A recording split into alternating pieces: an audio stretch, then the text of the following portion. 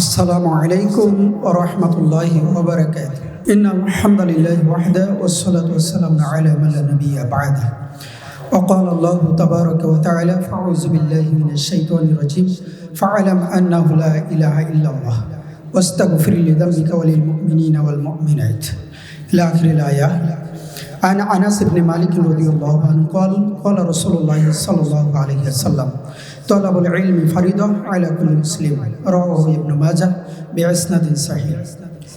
উপস্থিত unite TV পত্রিকা আয়োজিত আজকের তৃতীয় বার্ষিক কনফারেন্সের সম্মানিত সভাপতি পরিচালক এবং উপস্থিত আছেন মাননীয় পরিচালক, দেশের বিভিন্ন জেলা থেকে আগত স্বাগত সম্মানিত দিনী ভাই বন্ধুগণ এবং সম্মানিত আলোচকবৃন্দ, শুরুতেই যাবতীয় শুকরিয়া সে রব্বুল ইজ্জাতের শানে, যার অশেষ মেহেরবানিতে আমরা এমন একটি কনফারেন্সে উপস্থিত হতে পেরেছি যে আল্লাহ সুবহানাহু ওয়া তাআলা তৌফিক এনায়েত করেছেন, তারই বারগায় লাখ কোটি শুকরিয়া, আলহামদুলিল্লাহ। অতঃপর দুরূদ ও সালাম বর্ষিত হোক নবী মুহাম্মদ রাসূলুল্লাহ সাল্লাল্লাহু আলাইহি ওয়াসাল্লামের উপর। সম্মানিত হাজিরিন, আপনারা অবগত আছেন যে আমার সংক্ষিপ্ত আলোচনার বিষয় ইলম, দ্বীন ইলম অর্জনের গুরুত্ব। সম্মানিত ভাতৃমণ্ডলী, ইলমকে আমরা দুই ভাগে ভাগ করতে পারি, একটা হলো দ্বীনি ইলম আর একটা হলো বৈষয়িক অর্থাৎ মুআমালাত গত ইলম। এই ইলম, দ্বীনি ইলম এতই গুরুত্বপূর্ণ, যার ইলম নেই তার ঈমান নেই। এ ব্যাপারে ইমাম ইবনুল কাইয়্যিম রাহিমাহুল্লাহ তিনি আল ফাজলুল ইলম ওয়াল উলামা বইয়ের ভিতরে উল্লেখ করছেন যে লা ঈমানা ইল্লাল ইলম, ওই ব্যক্তির ঈমান নেই যার ভিতরে ইলম নেই। তাহলে ইলম অর্জন এতই গুরুত্বপূর্ণ যে আপনি ঈমান আনয়নের পূর্ব শর্ত হচ্ছে ইলম। আর আল্লাহ সুবহানাহু ওয়া তাআলা সূরা মুহাম্মদ 47 নম্বর সূরার 19 নম্বর আয়াতে এই কথাই বলছেন, ফা'লাম আন্নাহু লা ইলাহা ইল্লাল্লাহ। তাহলে লা ইলাহা ইল্লাল্লাহ বাক্য সাক্ষ্য দেওয়ার আগে জ্ঞান অর্জন করতে হবে, ইলম অর্জন করতে হবে। কিন্তু আজকের দুঃখের বিষয় যে আমরা বৈষয়িক বিষয়ে দুনিয়াবি ইলম চর্চার জন্য যতটা আগ্রহী, যতটা ব্যস্ত, দ্বীনি ইলম অর্জনের ক্ষেত্রে তার চাইতে বেশি গাফেল। আমরা দ্বীনি ইলমকে মূল্যায়ন করি না, অথচ একজন ব্যক্তি দ্বীনি ইলম ছাড়া সে প্রকৃত মুসলিম থাকতে পারবে না। যার ইলম নেই ও অনায়াসে শিরকের মধ্যে নিমজ্জিত হবে, যার দ্বীনি ইলম নেই অনায়াসে বিদআতের মধ্যে হাবুডুবু খাবে, যার দ্বীনি ইলম নেই অনায়াসে হারামের মধ্যে পতিত হবে, যার দ্বীনি ইলম নেই সে অনায়াসে কুসংস্কার, অনাচার, পাপাচারের দিকে ধাবমান হবে। কিন্তু যার ইলম আছে সে এগুলা থেকে বেঁচে যাবে। কেন? ইলম তো আল্লাহর পক্ষ থেকে আল্লাহ প্রদত্ত নিয়ামত, সুবহানাল্লাহ। কেন? আল্লাহ সুবহানাহু ওয়া তাআলা হাদিসে আল্লাহর নবী সাল্লাল্লাহু আলাইহি সাল্লাম বলছেন, মাই ইউরিদুল্লাহু বিহি খায়রান, আল্লাহ সুবহানাহু ওয়া তাআলা যার কল্যাণ চান, ইউফাক্কিহু ফিদ্দীন, তাকে কেবল জ্ঞানের বুঝ দান করেন, সুবহানাল্লাহ। তাহলে ইলমটা হলো আল্লাহর পক্ষ থেকে নিয়ামত, এই নিয়ামত সবাই পায় না। যারা পেয়েছেন, পাওয়ার পরে এই নিয়ামতের শুকরিয়া আদায় করেননি, তারা অকৃতজ্ঞ। আল্লাহ সুবহানাহু ওয়া তাআলা এজন্য বলছেন, ওয়াকালিলুম মিন ইবাদিয়াশ শুকুর, আমার বান্দাদের মধ্যে শুকরগুজার বান্দার সংখ্যা খুবই কম। তাহলে ইলম কেন অর্জন করতে হবে? ইলম অর্জন করতে হবে আল্লাহকে জানতে। আপনি আল্লাহর সম্পর্কে জানতে হলে ইলম অর্জন করতেই হবে, না হলে আপনি আল্লাহকে জানতে পারবেন না। আপনাকে ইলম অর্জন করতে হবে দ্বীন সম্পর্কে জানতে, আপনাকে ইলম অর্জন করতে হবে আপনার রাসূল সম্পর্কে জানতে, আপনার ইলম অর্জন করতে হবে পরকাল সম্পর্কে জানতে। তা আপনি যদি ইলম অর্জন না করেন, জানবেন কি করে? যিনি ইলম অর্জন করেননি, সালাত আদায় করেন, ওনার সালাত হয় না। যিনি ইলম অর্জন করেননি, সিয়াম পালন করছেন, ওই ব্যক্তির সিয়াম আল্লাহর দরবারে কবুল হয় না। যিনি ইলম অর্জন না করে হজ করছেন, তার হজ হয় না। যিনি ইলম অর্জন না করে আপনার সাদাকা দিচ্ছেন, যাকাত দিচ্ছেন, তার কিন্তু কি হয় না? সাদাকা বা যাকাত হয় না। কেন? শেখ উসাইমিন রাহিমাহুল্লাহ খুব সুন্দর করে এগুলো উল্লেখ করেছেন। সম্মানিত হাজিরিন, এখন আমাদের জন্য করণীয় হলো যে এই ইলম এত গুরুত্বপূর্ণ কেন? ইলম অর্জন করতে হবে আমাদের। ইলমের গুরুত্ব, ইলম অর্জনের গুরুত্ব এত বেশি কেন? এই কারণে একটু খেয়াল করবেন। ইলম যদি কোনো মানুষের হৃদয়ে গেঁথে যায়, আল্লাহ কবুল করে নেন। তিনি হন অত্যন্ত বিনয়ী, নম্র স্বভাবের, অহংকার তার থেকে বিনয় নাই। সুবহানাল্লাহ। আদম আলাইহিস সালামের ভিতরে ইলম ছিল, আল্লাহ দিয়েছিলেন, সে ইলম পেয়ে বিনয়ী হয়েছেন। কিন্তু শয়তানের ভিতরে অহংকার চলে আসলো। তখন শয়তান এর ভিতরে ইলম না থাকার কারণে সে অহংকারী হয়ে গেল। এই ইলমের ক্ষেত্রে আমরা দেখি যারা একটু জ্ঞান অর্জন করেছে তারা মনে করে আমরা অনেক পণ্ডিত হয়ে গেছি, এজন্য তারা অহরহ ভুল করে থাকেন। এজন্য বেশি বেশি ইলম অর্জন করতে হবে। ইলম কেন বেশি অর্জন করতে হবে এটা আপনাদের সামনে সংক্ষিপ্তভাবে কিছু বিষয় তুলে ধরছি পয়েন্ট আকারে। এক, আল্লাহ সুবহানাহু ওয়া তাআলা ইলম অর্জনকারীকে অনেক মর্যাদা দান করেছেন। সকল মানুষের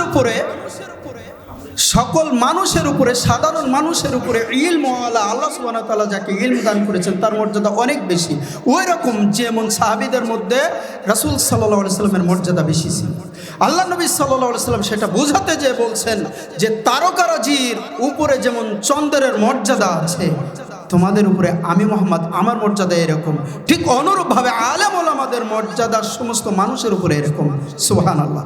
এই জন্য ইলম অর্জন করতে হবে, আর ইলম অর্জন করা আল্লাহ ফরজ করে দিয়েছেন। আল্লাহ নবী সাল্লাল্লাহু আলাইহি সাল্লাম বলছেন ইবনে মাজাহ 224 নম্বর আয়াতে যে তলাবুল ইলমি ফারিদা আলা কুল্লি মুসলিম, প্রত্যেক মুসলিম নর নারীর উপরে ইলম অর্জন করা ফরজ। এখন এই শরঈ ইলম আমরা অর্জন করতে সময় দিই না, চেষ্টা করি না। আমরা দ্বীনি ইলম অর্জন কোন উৎস থেকে করব? সম্মানিত উপস্থিতি, এখানে আমি আপনাদেরকে কয়েকটি দিক বলি, একটু খেয়াল করবেন। আপনি ধরে নিতে পারবেন যে কে ইলম অর্জন করে আপনার সামনে আলোচনা করছে আর কে করছে না। যিনি ইলম অর্জন করে কথা বলেন তার ভাষার শৈলীতা থাকে, অর্থাৎ ভাষার মধ্যে মাধুর্যতা থাকে, ভাষার মধ্যে তুইতাকারী ভাবটা কমে যায়। বয়সে যুবক মুরব্বীকে তুমি বলে তুই তাকারি করে কথা বলা, এটা ইলম অর্জনকারীর বৈশিষ্ট্য না। এটাকে পরিত্যাগ করতে হবে। অনেক দায়ের মধ্যে এই খাসলাত দেখা যায়, এটা আমি বিনয়ের সাথে বলবো। বয়সে সে কিছুই না জানুক, আপনার সিনিয়র মুরব্বী, তাকে আপনি সম্মান দিয়ে কথা বলবেন। যদি ছোট হয় সম্মান দিয়ে কথা বলবেন, যুবক ভাই হয় আন্তরিকতার সাথে বুকে টেনে নিয়ে কথা বলবেন। দয়া করে তুই তাকারি বা তুমি শব্দটা সর্বত্রে ব্যবহার করবেন না। আপনার সাথে আপনার দিনে ভাই আছে, এই নেন এই করেন, ধমক দিয়ে কথা বলবেন না। এই ব্যবহার আমাদের শিক্ষা দেবে ইলম। আমরা ইলম অর্জন থেকে যখন পিছিয়ে থাকবো, আমাদের আচার আচরণ রুক্ষ হয়ে যাবে, কঠোর হয়ে যাবে, বদ অভ্যাস আমাদের মধ্যে চলে আসবে। এজন্য আমাদের ইলম অর্জন খুবই জরুরি। ইলম হলো ঈমানের অংশ, যার এ ব্যাপারে ইমাম শাফি রাহিমাহুল্লাহ সূরা আসরকে উল্লেখ করেই বলছেন ওই ব্যক্তির ঈমান নেই যার ইলম নেই।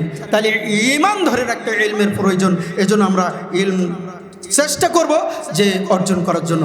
ইলম মানুষকে ক্ষতি থেকে বাঁচিয়ে দেয়, ইলম মানুষকে ক্ষতি থেকে বাঁচিয়ে দেয়, ইলম মানুষকে দুনিয়া পরকালের সম্মান ইজ্জত বাড়িয়ে দেয়। ইলম মানুষের রিজিকের মাধ্যম। আপনি যদি দুনিয়াতে প্রশস্ত রিজিক চান, আপনি ইলম অর্জন করুন, ইলমের মর্যাদা দেওয়ার চেষ্টা করুন, দেখবেন আল্লাহ সুবহানাহু ওয়া তাআলা আপনার রিজিক বৃদ্ধি করে দিবেন। শুধু তাই না, মানুষকে যেন আমরা কাউকে হেয় প্রতিপন্ন না করি বা নিজেকে বড় জ্ঞানী না মনে করি। একটু ইলম অর্জন করে যদি করি, তাহলে আমাদেরকে স্মরণ করতে হবে যে খিজির আলাইহিস সালামের কথা। মুসা আলাইহিস সালাম যেদিন বলেছিলেন যে আমি মানুষের মধ্যে জ্ঞানী, কিন্তু খিজির আলাইহিস সালাম কিন্তু কোনো নবী নন। তারপরেও কি হয়েছে, খিজির আলাইহিস সালামের কাছে কিন্তু মুসা আলাইহিস সালাম শিক্ষা গ্রহণ করেছেন, করেন নাই? তাহলে আমাদেরকে এখান থেকে শিখতে হবে কিভাবে প্রশ্ন করতে হবে। সবচেয়ে ইলম অর্জনের আগে যেটা দরকার সেটা হলো আদব। আমাদের প্রশ্ন করার ভিতরে বা ছোট বড়োর মধ্যে এই আদবের খেলাপ দেখা যায়। দয়া করে এই কাজটি করবেন না। সালাফিদের ভিতরে আমি বলি আদবের অনেক ঘাটতি আছে, কারণ তারা জেনারেল শিক্ষায় শিক্ষিত হয়ে বেশি দিন প্রচার করতে যে এটা হচ্ছে, এটা করবেন না। আগে আদব শিক্ষা করুন। ইমাম ইবনুল কাইয়্যিম রাহিমাহুল্লাহ বলছেন ইলম আপনার তখনই ফায়দা দেবে যখন আপনার ভিতরে আদব থাকবে। আগে আদবওয়ালা হন, এরপরে ইলম অর্জন করেন, তাহলে আপনার দ্বারা শুধু আপনার জ্ঞাতি গোষ্ঠী নয়, আপনার কম নয়, সারা পৃথিবী আপনার দ্বারা উপকৃত হবে ইনশাআল্লাহ। তাহলে ইলম অর্জনের গুরুত্বের সাথে সাথে আদব শিখতে হবে। আজকে আমাদের সন্তানেরা কিন্তু সেই আদব নেই। আমরা বৈষয়িক জীবনের শিক্ষা ব্যবস্থা, ডাক্তারি, ইঞ্জিনিয়ারিং, বিজ্ঞানী, প্রকৌশলী ইত্যাদি ইত্যাদি হওয়ার জন্য যতটা অর্থ ব্যয় করছি, সময় ব্যয় করছি, শ্রম ব্যয় করছি, টেনশন করছি, দিনই জ্ঞান অর্জনের জন্য কিন্তু সামান্যটুকু সময় আমরা দিতে পারছি না। তাই সম্মানিত উপস্থিতি, আমরা চেষ্টা করব যে আল্লাহ সুবহানাহু ওয়া তাআলার কাছে মান, সম্মান, ইজ্জত আছে, সেটা যেন আমরা দুনিয়াতেও পাই, পরকালেও পাই। এই জন্য পেতে হলে আমাদেরকে ইলম অর্জন করতেই হবে। শুধু তাই নয়, ইলম আল্লাহর পক্ষ থেকে, আর আল্লাহ আমাদেরকে ইলমের মাধ্যমে সম্মানিত করবেন। এটা দিয়ে একটু আগেই আমি ফিরে যাই, পিছনের দিকে একটু ফিরতে হচ্ছে। দেখেন ইলম মানুষকে কিভাবে সম্মানিত করে। ডক্টর জাকির নায়েককে আমি উদাহরণ হিসাবে দিই, অন্য কাউকে না। তিনি একজন জেনারেল পার্সন, তিনি দাওয়াতি ময়দানে ভূমিকা রাখছেন। তিনি তো একজন MBBS ডাক্তার, তিনি একজন সার্জন, কি কাটা ছেঁড়া তার কাজ। আল্লাহ সুবহানাহু ওয়া তাআলা ইলম অর্জন করা শুরু করেছে, তাকে কবুল করে নিয়েছেন, তার মর্যাদা দিয়েছেন, সারা পৃথিবী তাকে চেনে। এটা হলো নগদে পাওয়া যে ইলম অর্জনকারীর মর্যাদা আল্লাহ বৃদ্ধি করে দেন। তিনি যদি সেই কাটা ছেঁড়ার মধ্যে থাকতেন, কয়জন ব্যক্তি তাকে চিনতেন, কে কয়জন তাকে সম্মান দিতেন, কিভাবে তিনি রিজিক প্রাপ্ত। দেখেন, বাবার জমিদারি থাকার পরেও ভারত ত্যাগ করে মালয়েশিয়া মুসাফির হিসাবে আছেন, তবু রিজিকের অভাব আছে, কে দিয়েছেন? মানে এটা নগদে যদি আপনি মিলাতে চান যে রিজিক ও সম্মানজনক রিজিক আল্লাহ ব্যবস্থা করে দিয়েছেন, সম্মান দান করেছেন, ইজ্জত দান করেছেন, সব কিছুই দিয়েছেন শুধু এই ইলম অর্জনের কারণে। তা আমরাও সেই ইলমের পিছে লেগে থাকবো, ইলম অর্জন করব। তবে ইলম অর্জন করতে হলে সালাফি মানহাজে যে সমস্ত আমাদের ওলামা মাশায়েখ আছেন, তাদের সোহবাতে থাকার চেষ্টা করবেন, কাছে থাকবেন, ছাত্র হওয়ার চেষ্টা করবেন, তলিবুল ইলম হওয়ার চেষ্টা করবেন, করে ইলম অর্জন করবেন, ইনশাআল্লাহ বারাকা হবে, সাথে আদব আখলাক শিক্ষা করা যাবে। আল্লাহ পাক আমাদেরকে কবুল করুন, ইউনাইট টিভিকে কবুল করুন। কেননা ইউনাইট টিভি আজকের এই পর্যায়ে এসেছে যেন আগামী দিনে আমরা এটার পরিসর আরও বিস্তৃত করতে পারি। আল্লাহ পাক ইউনাইট টিভিকে এভাবেই কবুল করুন, এবং কেবলের মাধ্যমে যেন বাংলাদেশ নয়, শুধু সারা পৃথিবীর বাংলা ভাষাভাষী মানুষের কাছে এই ইউনাইট টিভির মাধ্যমে পবিত্র কোরআন এবং সহিহ সুন্নাহ দাওয়া সকলের কাছে পৌঁছে যায়। আল্লাহ সেইভাবে কবুল করুন, আল্লাহুম্মা আমিন। এবং সাথে কবুল করুন যারা আজকের এই অনুষ্ঠানের আয়োজন করেছেন, আল্লাহ তাদের উত্তম যা দান করুন, আমিন আমিন ইয়া রাব্বাল আলামিন। ওয়া আখিরি দাওয়ানা আনিল হামদুলিল্লাহি রাব্বিল আলামিন। আসসালামু আলাইকুম ওয়া রাহমাতুল্লাহ।